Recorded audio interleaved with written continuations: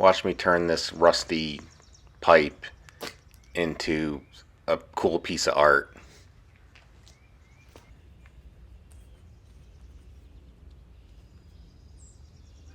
I'll head back to my scrap pile. I've been accumulating this stuff for a pretty long time.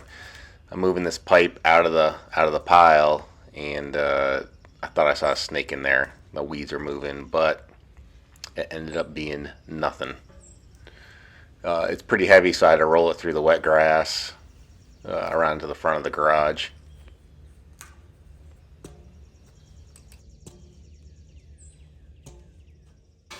I actually bought this piece of pipe to build a smoker for a barbecue, but I ended up getting this commission, and it was the perfect diameter. So with this sculpture, I have a new commission. I need to cut 3 even circles out of this 20-inch pipe. And the way I'm going to make them really accurate is I'm going to use the weld seam from the pipe, which is right here. You can probably see a little bit. I'll make a straight line, and then I'm going to come off of it with the square. And I haven't decided if I'm going to do 2-inch width circles or 3. I think 3 looks perfect. So that's 4, 3. I think 3 inch looks the best. So 3-inch wide circles. I'll cut 3 of them. Here I'm using that welded seam to make a straight line so that I'm able to cut out some pretty even circles. Alright, I need to lift it up to get it in a better position in order to cut these circles, and I thought that it would be easier to cut them if the pipe was vertical. I'd be able to make sure that the circles were level during the cut. Need to draw a line all the way across around the diameter of the circle to be able to use the right angle grinder with a cutoff wheel to cut an even circle. So I'm trying to figure out how to do that. I have some thick paper I'm going to try to use and see how that works to cut off this rough edge of this 20-inch diameter pipe. And we'll go from there and see if I can make that work.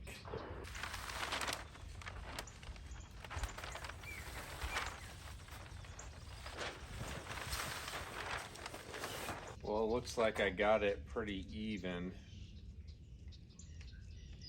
around the whole piece of pipe, so I can cut it. I think I'll use the metal chalk here to draw a line, just in case the paper catches on fire from the cutting or I gotta take it off or something.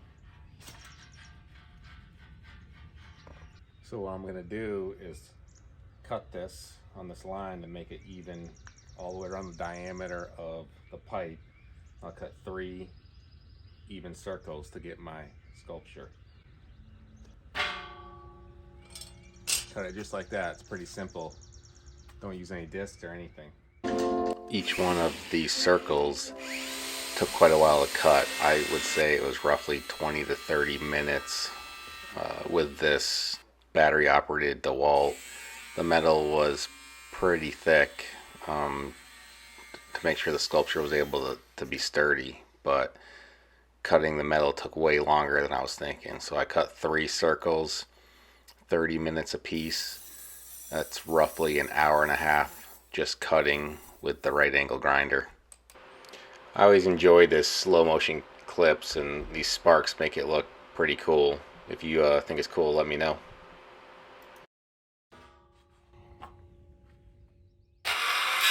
Back to one of my least favorite things to do, grinding.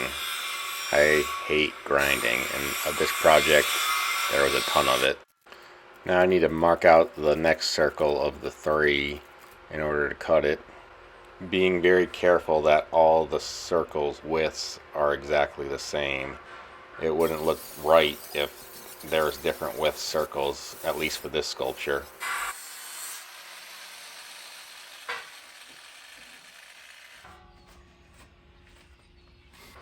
As you start to cut out the pieces for the sculpture, it gets exciting because you can kind of visualize what it's going to be a little bit.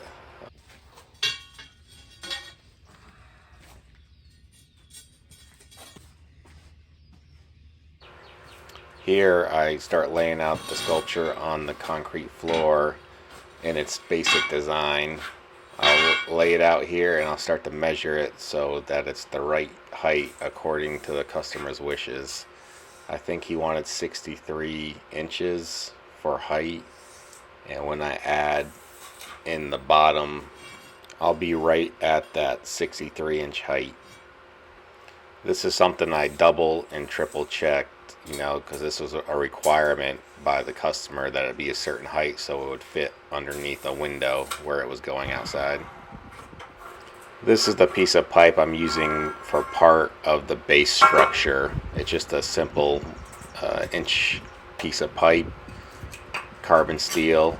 I picked this one up at Home Depot, I'm sure. Don't mind my broken chop saw blade in this chop saw. I didn't feel like replacing it, and it was brand new. I'm not even sure how it broke. It just disintegrated. I figured with the guard and some safety glasses and leather gloves on, I would be fine with using it until that part wore away.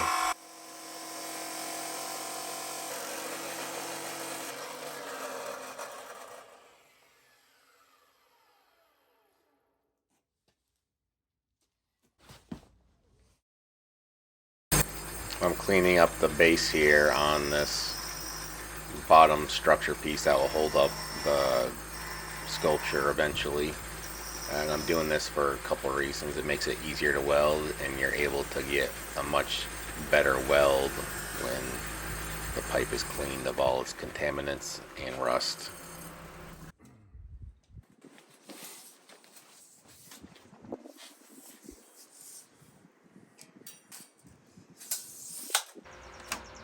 On to the fun part. This is the part I enjoy the most, just welding and making stuff out of nothing. This was in the beginning just a piece of old oil field pipe, and now you get to make it into a sculpture that you and other people can really enjoy. If you want to know more about this welding gun I'm using, it's a Yes Welder one with a flexible neck that I find is pretty nice to be able to get into these smaller little crevices. It's not so much of a big deal on this, but there's a lot of projects I'm using where being able to manipulate this neck on this welding gun is pretty convenient. So look at one of my other videos on more about this welding gun. Time to weld the other side. Flip it over. I want to make sure it's pretty straight, so I stand on it to take the little bend out of it from the welding process.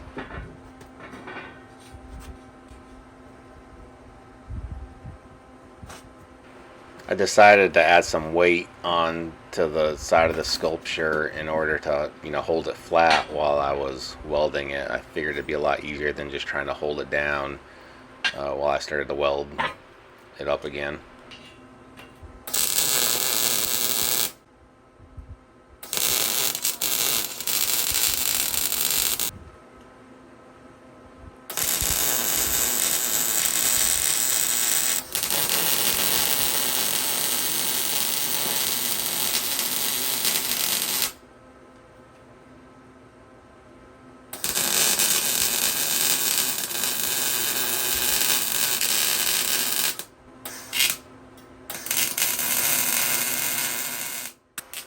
Because this sculpture is going to live outside most of its life, I really want to make sure that I weld on all four sides of it. I don't want the weather to be able to ruin this sculpture through the years.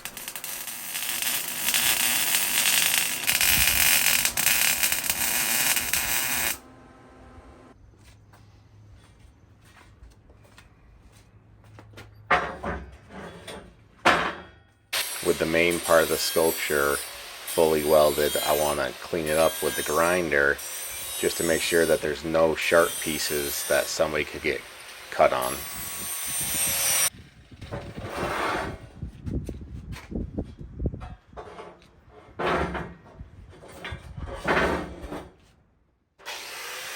I've had this Black & Decker right angle grinder since 2001.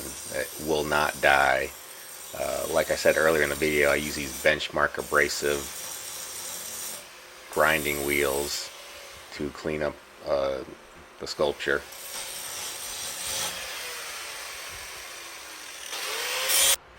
Here I'm switching to a flap wheel, and I'm doing this in order to get a much smoother finish on the edge of the sculpture. The regular abrasive wheels leave a pretty rough one with lots of grooves, but these flap wheels will really smooth the metal out, and it makes it for a much nicer finish. I probably need to edit out all these grinding portions of the video. What do you think? I dislike the grinding, but I'm wondering if it's important to show you the process of this or not. What do you think? Let me know in the comments.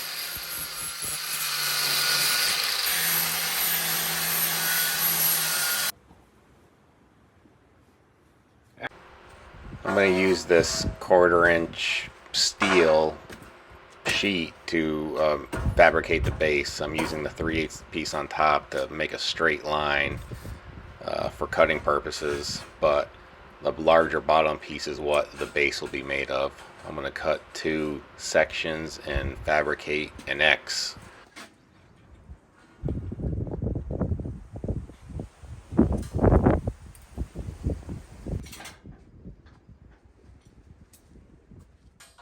I pretty much use the cheapest clamps available. I'm always bending, damaging, and welding on these things all the time, so I actually just pick these ones up from Harbor Freight. That red one's from Home Depot, but 99% of the clamps I use are from Harbor Freight, and they're pretty much a disposable item for me.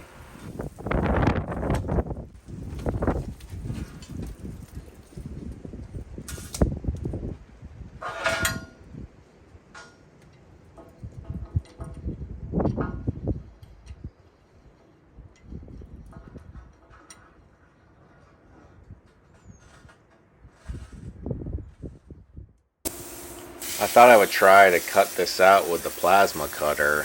I was hoping it would go faster, but I'm running this Cutmaster 52 from Thermodynamics, and I've never had any luck with it. If you guys have a good video on how to use this thing, please, post it to the comments, because I was hoping it would make life easier for me, but I always just end up going back to a cutoff wheel and a right angle grinder. There are some processes of making art that I don't enjoy, and along with grinding, cutting thick sheets of metal with the right angle grinder can sometimes get pretty tedious. This took a long time to cut this. I believe I said 1/4 inch, but it's a little bit thicker than that. I'm interested to know what you guys are using to cut thick pieces of metal. Are you using this angle grinder like me, or are you using the plasma cutter? And if you're using the plasma cutter, how is it working for you?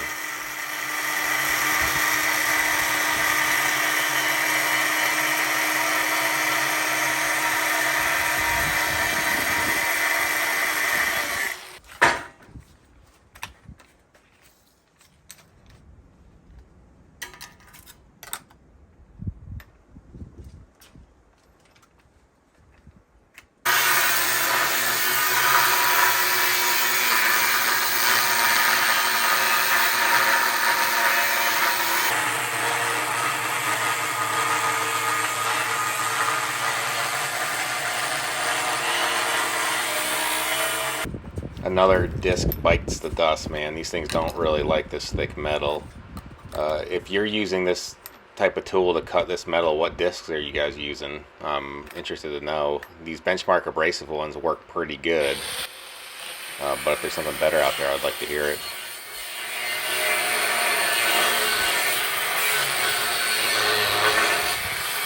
I finally got through cutting this thing.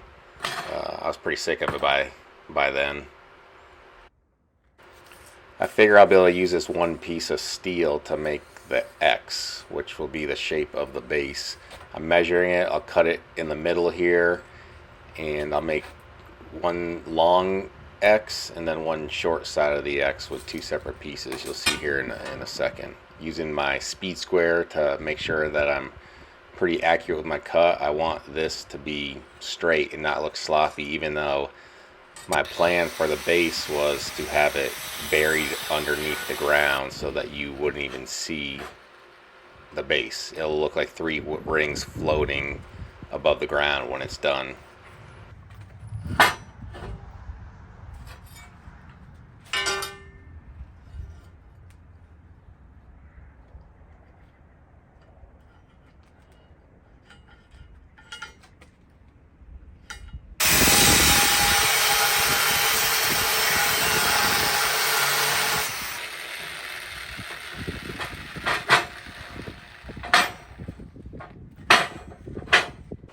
You can see the X kind of taking shape here. I need to cut out a center part of one of these 2 pieces of steel in order to weld it together.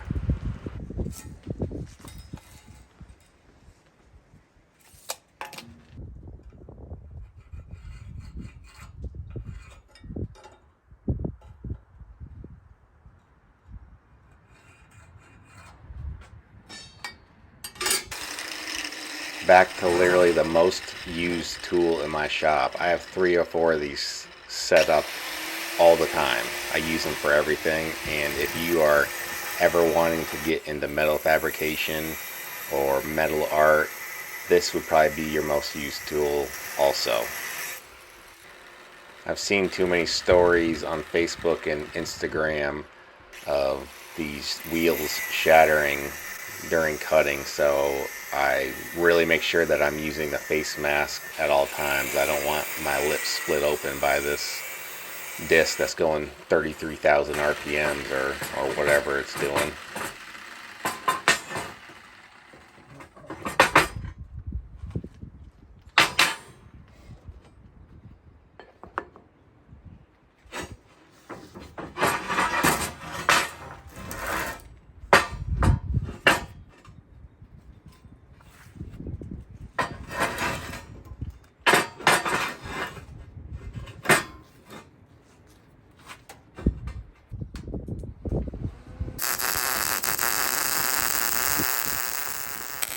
I use gas when I weld, so therefore I use a solid MIG wire. I was thinking about looking into like alternative wires. You know, I've gotten everything from Harbor Freight, Home Depot, Lincoln stuff, to Blue Demon, to the Hobart at Tractor Supply.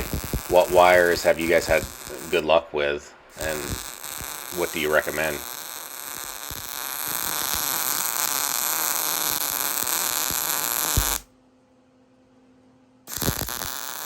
I'm burning this in very, very hot.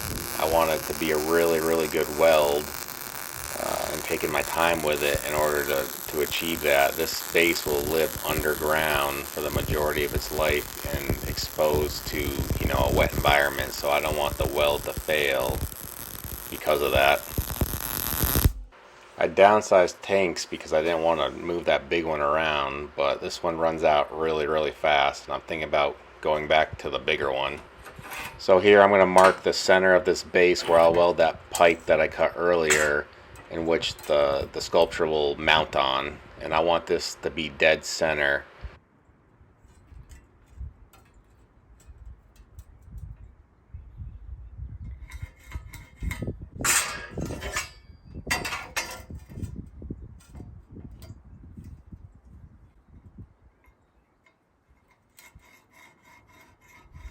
Well, now that I have it marked, it's time to weld on that piece of pipe, but I seem to have lost it. Where the heck is it? Oh yeah, here it is.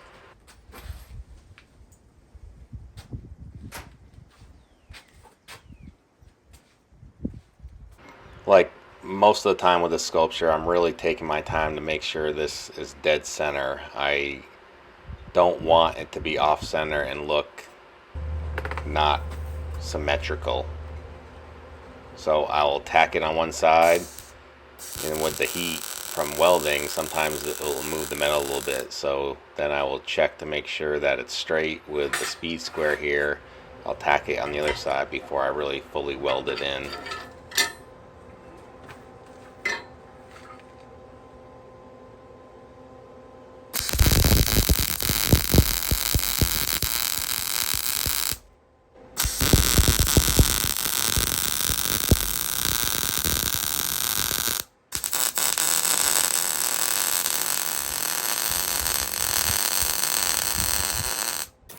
Again, I'm putting a lot of heat into this base piece here because this piece will also be underground, and I don't want any of the welds failing due to corrosion from the wet environment they'll be living in.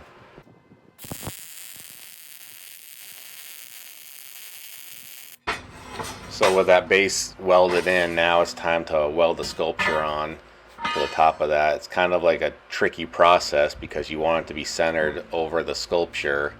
So there's a lot of eyeballing here, and because of the sculpture's height, I have to end up clamping it to the table in order to hold it up while I weld it to the base and make sure that everything is square.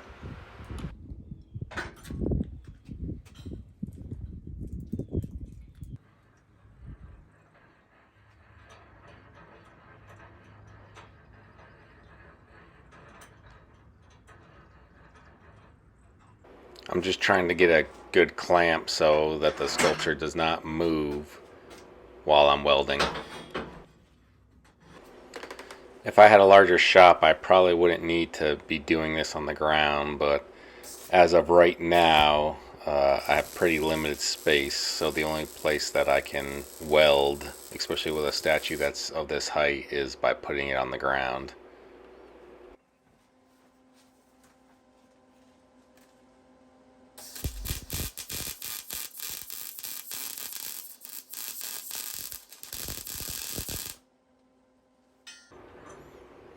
So I just tacked it when I was on the ground, but now I'll flip it over so I can get a better weld, and it's a lot easier to weld when you're standing up like this instead of on the ground. Before I do that though, I want to make sure that the sculpture is straight on the base, and so I'll just use my body weight here to, bend it and eyeball it so that it's pretty close to vertical from the base.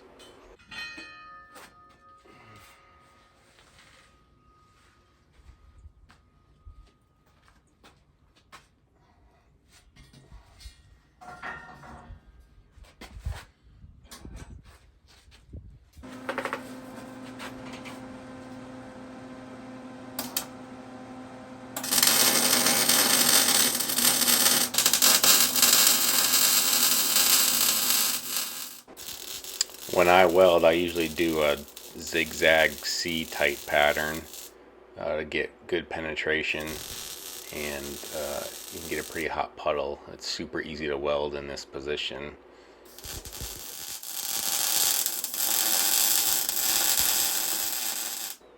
With this sculpture being installed outside in a garden, you really want to make sure that the weld is complete and that there's no gaps in order to keep as much moisture out as possible and limit the corrosion process through the years.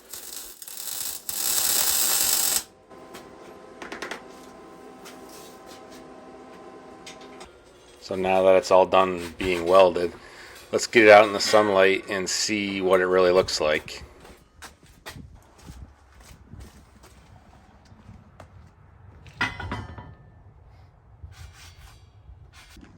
I absolutely love the way it turned out. I love the simplicity of it. I like the height of it.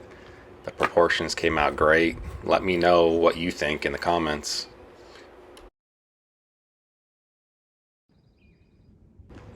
And if you want to see how I finished this sculpture off with a rust patina, check out my other video on how to rust metal quickly, which is use this sculpture to do that with.